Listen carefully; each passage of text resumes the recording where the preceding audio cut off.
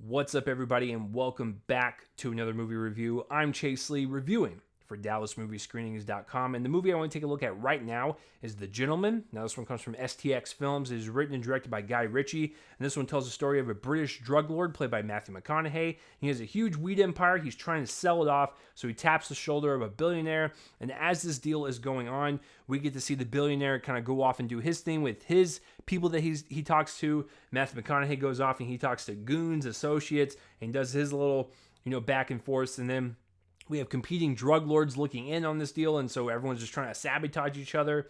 So it's just this crazy group of characters that we follow in this entangled web of gangster hilarity, intensity, and just full throttle entertainment. And so that's what a Guy Ritchie film is. If you're unaware of how he directs films besides the Sherlock Holmes and Aladdin movie, this is what Guy Ritchie started with, was kind of crime capers like this. And so so going into this, I was moderately excited for it. I love Snatch. I saw it for the first time a few years back. I was blown away by the storytelling of it and just how unique it was, and it was peppery, it was slick, and it was just really in your face, but it was just that type of entertainment that just doesn't let up and just makes you laugh, makes you cry, makes you terrified. It's this accordion of emotions, as Guy Ritchie's just throwing everything at you, and it's just a really great movie. And then on top of all that, the trailers for The Gentleman are really good, so I was looking forward to it for sure. And no, I have not seen Lock, Stock, and Two Smoking Barrels. I need to get on that. I know. So I will say for The Gentleman, I like the movie. Now, before I begin my review, I just want to say one thing. A lot of critics out there are bashing this entire movie because it's foul, offensive, racist, stereotypes are everywhere, and I get that. I don't condone that behavior. I was very uncomfortable when it happened. I sat there and was just kind of, just kind of looking around. Does everyone else feel a tad uncomfortable? And there was like minimal chuckles when these supposed jokes would happen that involved racist stereotypes or just were super offensive. Like I said, I don't condone that behavior.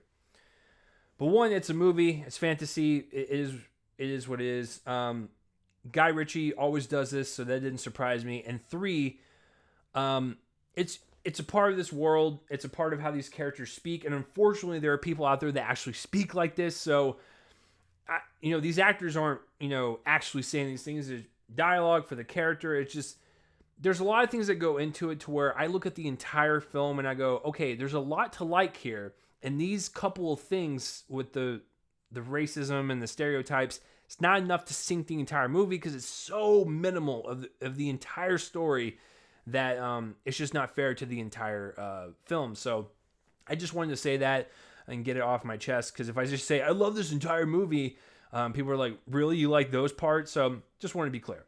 So I like this movie quite a bit. It took a while to get there, but I like it nonetheless. And towards the end, I was like, you know what? I would love to see these characters come back in this world and do another film. So Guy Ritchie has this interesting style of storytelling where I would equate it to, you're sitting at a bar, you're enjoying your drink, this guy comes up to you super drunk and is just telling you a story. And you're like, okay, fine, I'll bite. What's the story about? And he goes in a million different directions, but when he gets to the end of the story, you were so fascinated just by the narrative that he was spewing, even though it was all over the place, that it somehow tied all together and made sense towards the end. And then you sit there and go, okay, I can dig that. And so that's how a Guy Ritchie film is. I mean, Hugh Grant's character is telling us this story. So it is actually kind of built like that. But that's how most of his kind of crime capers are. It's got slick dialogue. It's really swift storytelling. It's characters that feel lived in. They feel like these characters are actually real, and we're not following actors. We're following this like this is a documentary following real life people. It's just this world and environment, and these characters live and breathe it so much that you feel like you were watching, like I said, these characters that have been in cinema for years. And that's what I like about Guy Ritchie's films. He's able to have these really interesting worlds, cities, and characters, and just breathe so much life into it, whether it be the comedy or the terrifying moments or the action. It's always just this ball of energy that Guy Ritchie creates. He throws it on screen, and it's an animal unto its own. But I enjoy his style of storytelling and how it is kind of going off in a million different directions, but it ultimately kind of comes together at the end, and it's almost like a puzzle that way. I don't know. I enjoyed it. I know a lot of people are gonna find this movie like convoluted and just kind of goes all over the place. It doesn't really have like any core narrative, and I totally get that. And like I said, it took me a while to get into it, and maybe it was just Guy Ritchie kind of rusty and not getting back into his own groove a little bit, or if it was just me. It was probably just me. But it took a while before I got into it, and I got into the style and the like I said, the quick, kind of quick-witted writing that Guy Ritchie is known for.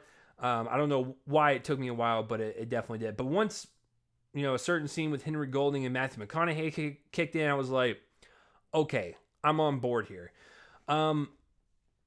Yeah, and so speaking of Guy Ritchie's direction in the story and the characters and stuff, I do like that Ritchie is able to balance this kind of like almost borderline goofy, over the top, characters and their dialogue, and some of the stuff that they say is just totally outrageous, but he's able to bring the film, on a grounded level to where when serious things do happen, he does not, cut that tension with comedy. He lets it ride out. He lets the scene breathe a little bit, and it shifts that kind of tone where you expect this, Colin Farrell's character for 2 hours, but it's able to kind of go in and out, I think pretty seamless, and doesn't really comprehend the comedy or the suspenseful stuff. I think it all kind of works well with one another, but Guy Ritchie is pretty great at doing that. So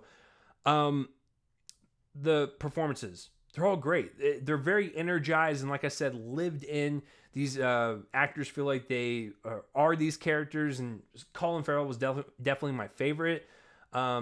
Just having all of them speak Guy Ritchie dialogue, it's just such a blast to watch, because you don't know what they're gonna say. They are so unpredictable, and it keeps the movie kind of mysterious, and you just don't know where it's gonna go. But all these actors were super committed, and I really just enjoyed their, like I said, committed, energetic performances. And for this movie being 2 hours, this movie flies by, and Guy Ritchie's really great at crafting a really tightly written story. Doesn't waste any time. There's no, any loose parts. This is all, airtight type of storytelling. So that 2 hours flies by, and I enjoyed it by the end, even with its offensive stuff and just me for the first 20 minutes, kind of getting into it. I think by the end, I can confidently say The Gentleman is a good time at the movies. If you want to go see something different this weekend, go see it. It is rated R, so that foulness is there. Just giving you a heads up if you're curious, but I still enjoyed myself nonetheless towards the end. I will give The Gentleman a solid B. I'm probably one of the few that will give it a high grade like this, because I think it's getting eviscerated. I haven't really checked the RT score or anything, but the few critics I have seen have had problems with it and stuff, but I understand that. Just for me personally, I think most of it worked. I would still say Snatch is a better film, but The Gentleman is still entertaining nonetheless. So what do you guys think of The Gentleman, or have you even heard of it? Comment that places right below my face and let me know. And that will do it for this review, guys. I'm Chase Lee reviewing for DallasMovieScreenings.com, and tune in next time for whatever I review next. I will see you guys later.